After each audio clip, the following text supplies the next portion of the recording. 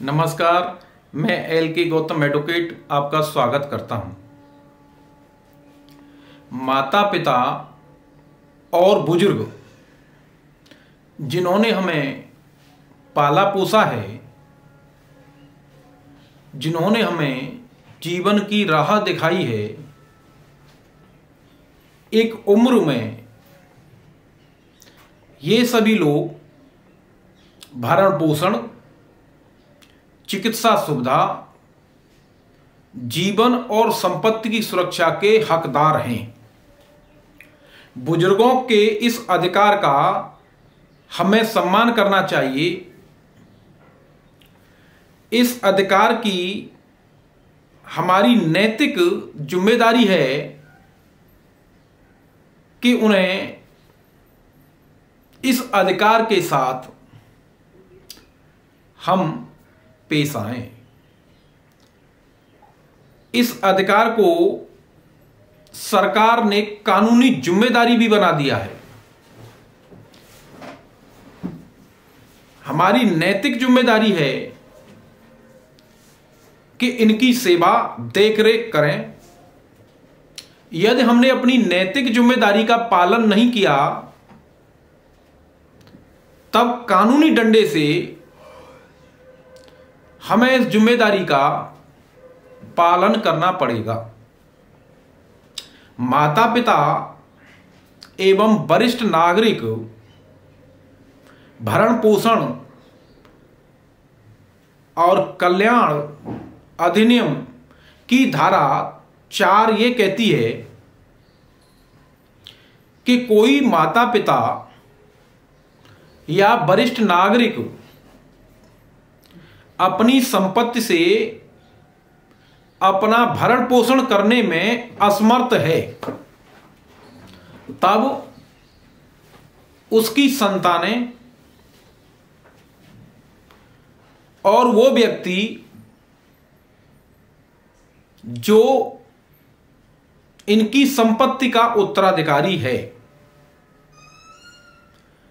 भरण पोषण का जिम्मेदार है। और ये लोग भरण पोषण का आवेदन देने के लिए इनके विरुद्ध हक रखते हैं। कोई माता पिता, दादा दादी अपनी संतानों के खिलाफ, अपनी संतानों से,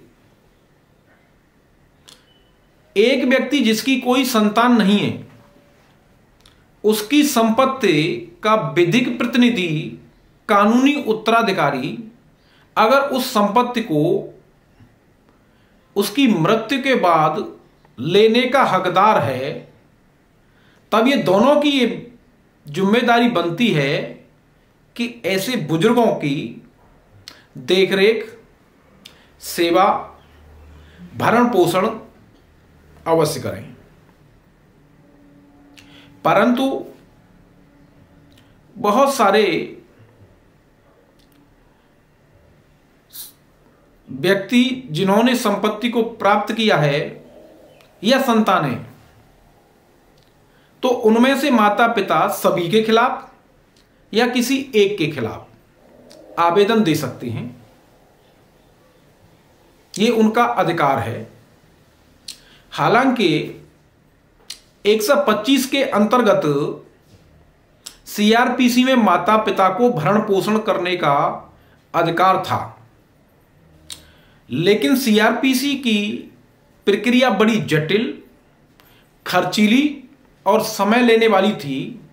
इसलिए यह विधायन लाया गया और सरकार ने सस्ती, शीघ्र न्याय देने वाली, कम परेशान करने वाली व्यवस्था बनाई और इस अधिनियम को लेके आई। चूंकि वो व्यक्ति जो भरण पोषण के लिए आवेदन देना चाहता है, उसके पास धन नहीं होता है, परिस्थितियां ऐसी होती हैं कि वो स्वयं के खाने का इंतजाम नहीं कर पाता है।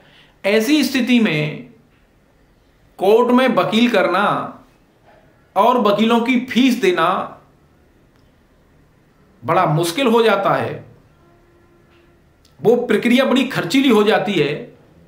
आप पहले तो कोर्ट खर्चे के लिए पैसे लाइए, फिर वकील के लिए, पैरवी के लिए, तो बहुत सारे लोग भरण पोषण के आवेदन को दाखिल ही नहीं कर पाते, दाखिल कर देते हैं तो उन्हें सफलता नहीं मिलती थी।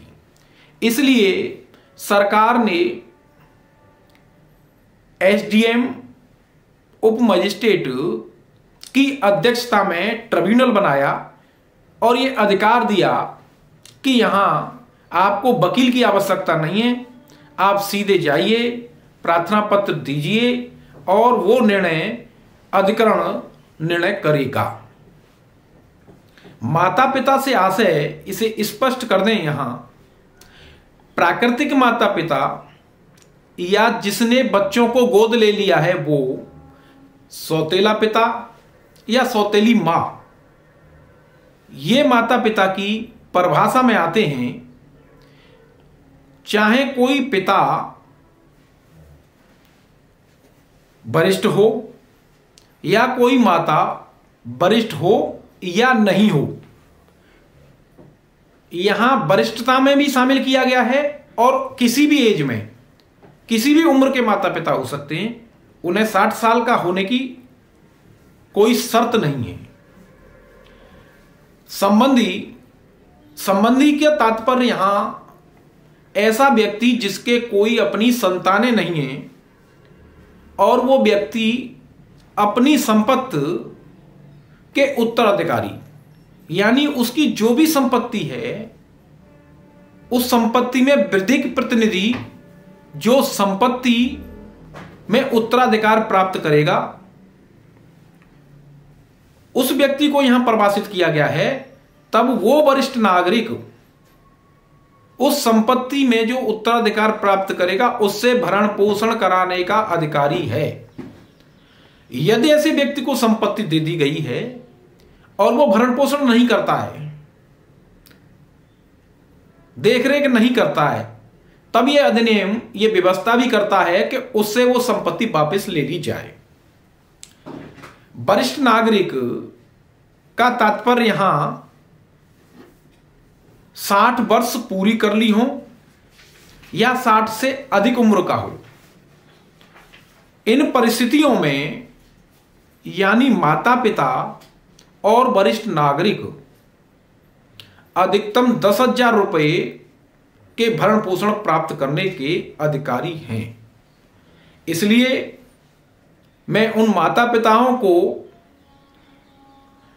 यह सूचना इस वीडियो के माध्यम से देना चाहता हूं कि यह आपका अधिकार है और उन संतानें और जो संपत्ति प्राप्त करने वाले व्यक्ति हैं उन्हें भी यह बताना चाहता हूं कि आप इनकी सेवा, देखरेख, भरण पोषण करें।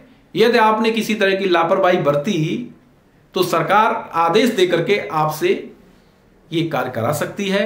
धन्यवाद। आप सहमत और असहमत जैसे भी इस तथ्यों से हैं आप कमेंट बॉक्स में अवश्य लिखें और इस वीडियो को लाइक, शेयर, कमेंट, सब्सक्राइब अवश्य करें।